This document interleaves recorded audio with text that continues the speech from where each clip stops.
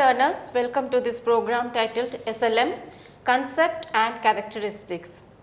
SLM has a major role for teaching and learning in ODL, and IGNOU has been using it for more than 3 decades. Millions of students have completed hundreds of programs while studying with the help of SLM. We shall therefore discuss the role of SLM in ODL. I am Shutapa Bose. I teach at the School of Education IGNOU. I have with me Poonam Bhushan. She is also a teacher at the School of Education of IGNOU. She has a long and rich experience of teaching through the distance mode. Poonam, first of all, I would like to ask you that even though other media like audio and video are useful for teaching through the distance mode, but how important is SLM? Do you think that SLM in print medium is indispensable for ODL? Suttapa, yes, I think I would like to agree with you. Print material is indeed indispensable as SLM in the ODL system, and I would like to discuss the reasons for that. First of all, I think our understanding of how adults learn is at the basis of the preparation of SLMs itself.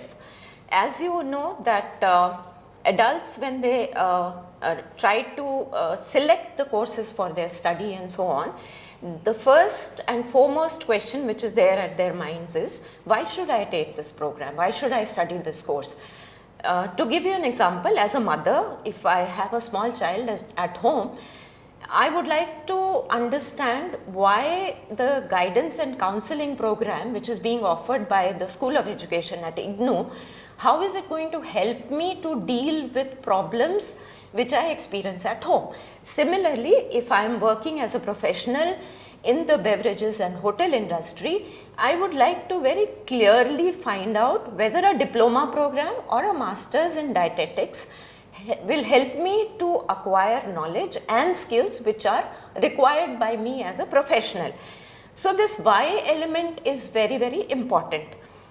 SLMs try to fulfill those needs and objectives of the learners, and if the learners find that the needs are being met, they become very motivated and they take the programs and so on and so forth.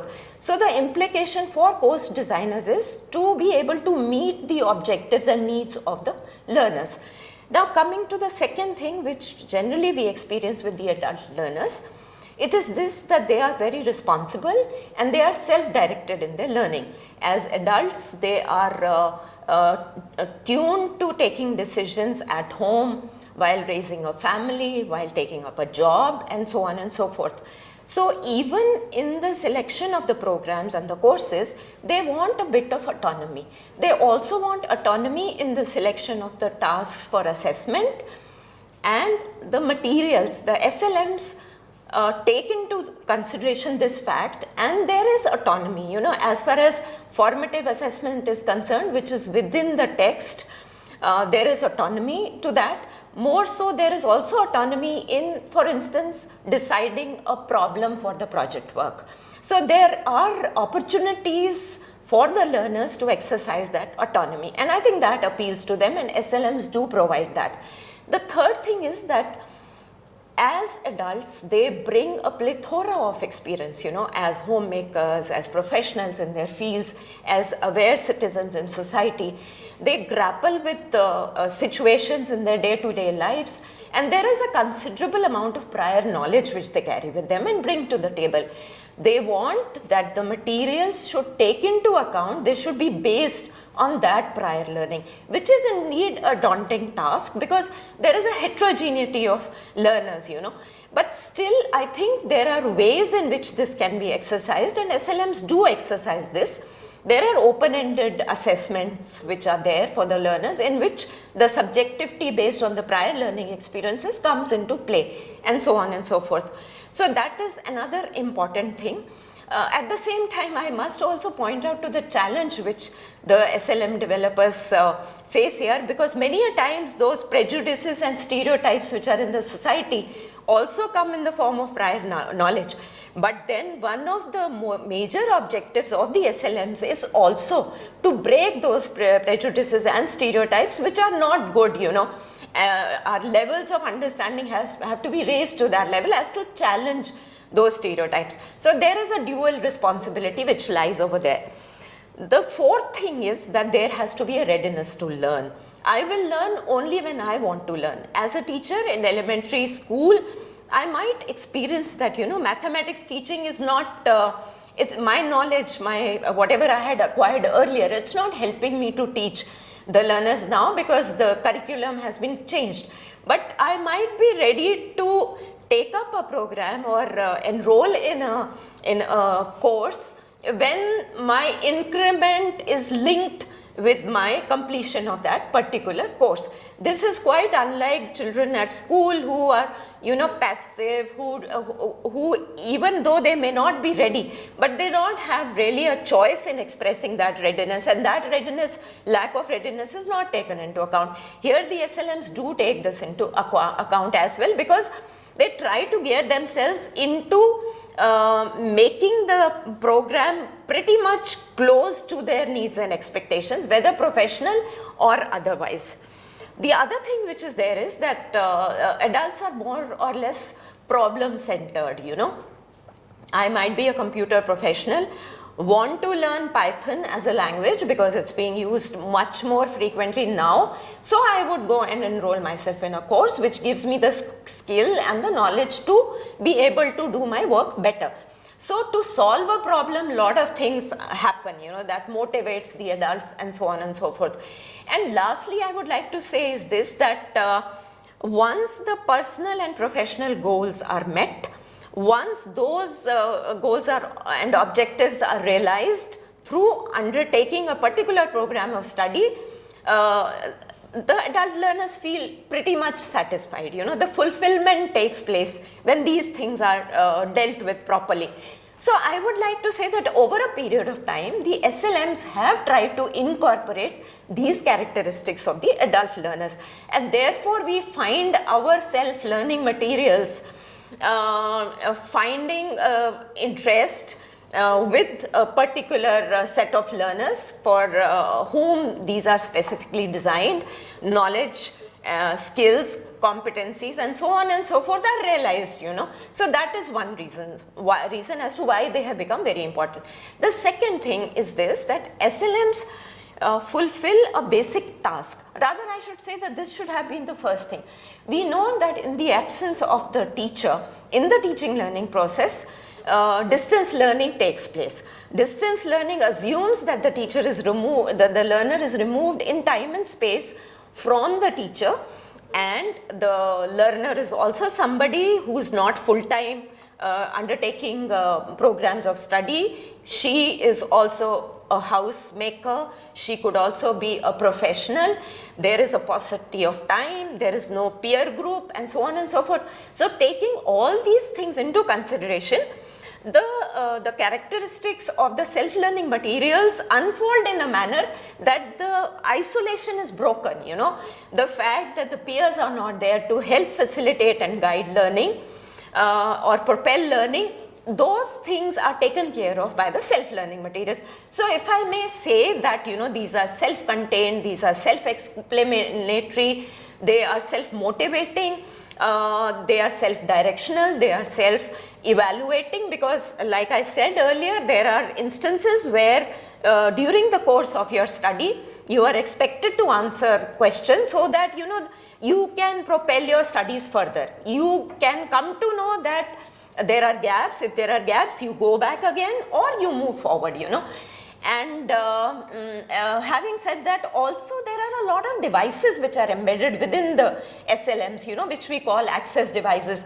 The structure of the unit itself, then glossary, introduction, objectives, and so on and so forth.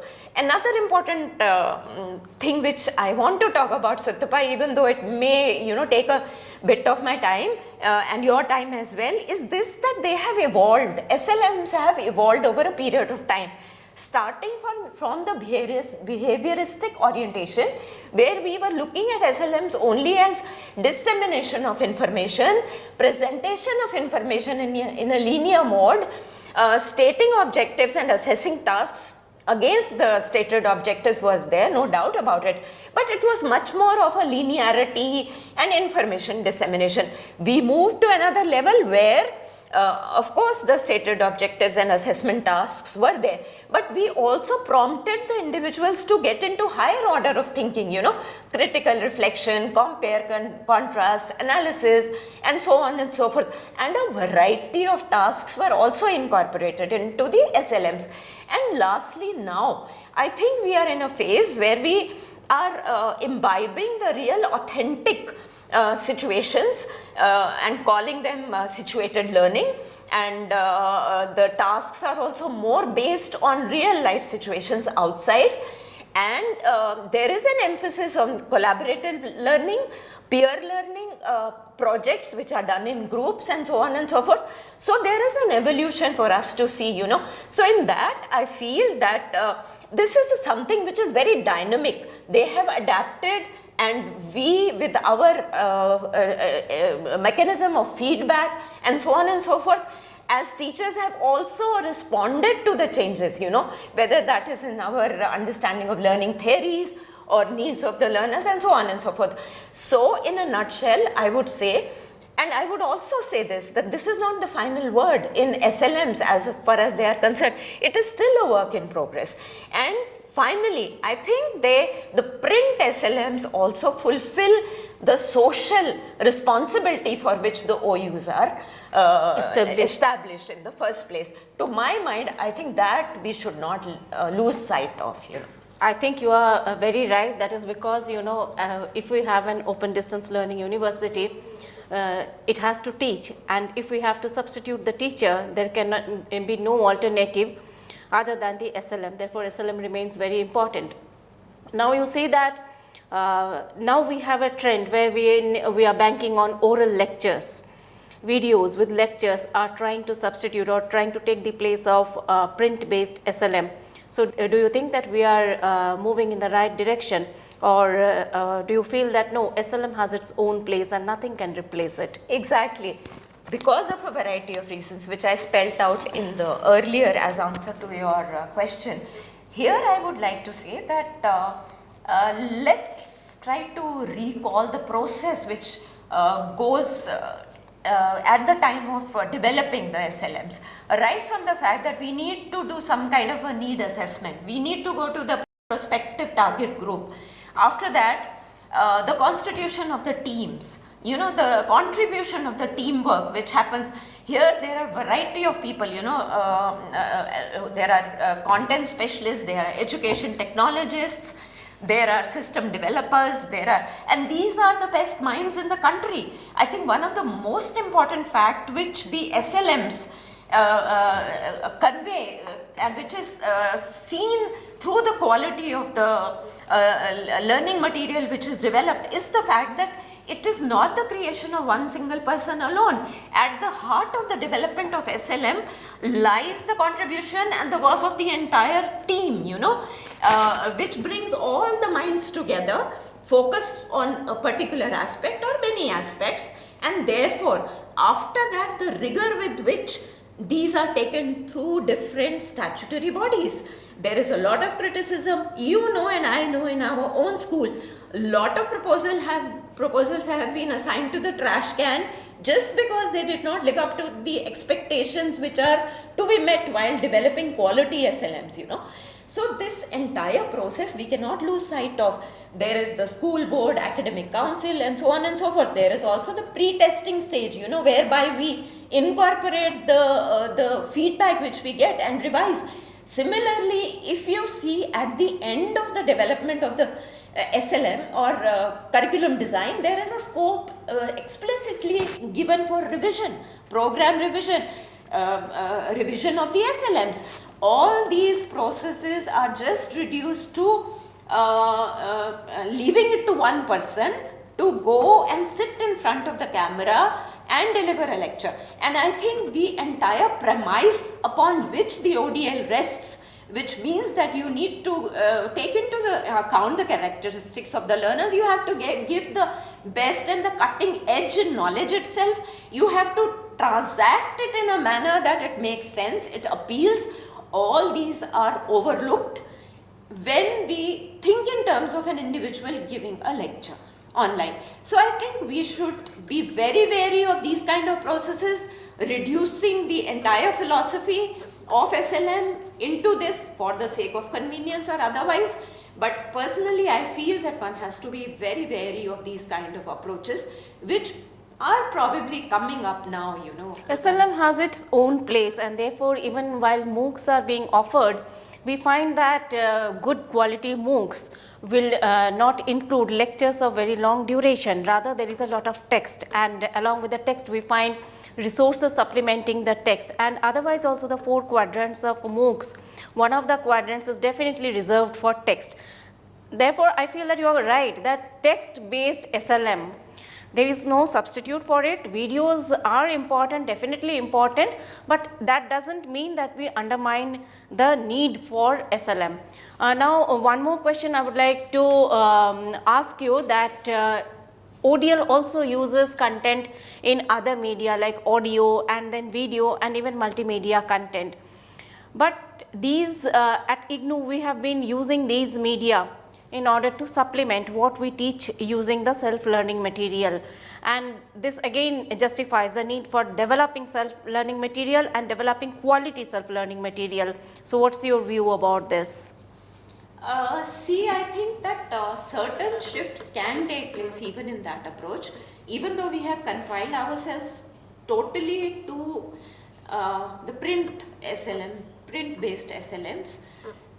There are requirements, let us say, for instance, in language programs, you know, it's quite possible that we would want to develop an audio program which takes place of the print based SLM, and then tasks and assessments are also given to the students, whereby they can submit their tapes, or you know, they can record their voices and give in on that. So there is a scope for experimenting depending on the nature of course, but at the same time I think what we need to remember is that access is very important. Does the learner have access to that audio thing, you know, are there the gadgets are available at home or at the study center? Is the study center not too far from the place where the learner resides? These are all possibilities that we need to keep in mind. And I think going back once again to print based and the focus on print based, the fact that print materials are accessible without any additional cost. They can reach out to a large number. You don't need any setup of any other kind, you know, in order to access the print based materials which your university has given to you. But experiments now, because access to technology has increased over a period of time also, so one needs to see the possibilities of transacting and using new mediums with the learners depending on many such conditions, you know. So and SLM in print medium, that is definitely easy to access, and apart from that text based SLM, if it is digitized, then for example we have an app at IGNOU, so we need the internet only for downloading it, and after that it is easy to use even without the internet. So what I intend to say is that creating text in order to teach, that remains as important as ever. correct. So with this I thank you, Poonam. Suttapa, just one last Yes, thing, I'm yes, sorry. sure. See, creating content is one thing. You need to be very clear about what purpose it is being created, for information dissemination or for engaging learners in active learning. So there is a difference, you know, in digital content especially, we have to be very careful. It has to engage the learner actively in meaningful learning experiences. That is what I would like to say. Thank you, Poonam. Poonam has explained the need for SLM and why the SLM remains relevant even now when we are in the age of online learning. I thank you once again. Thank you so much, Suttapa.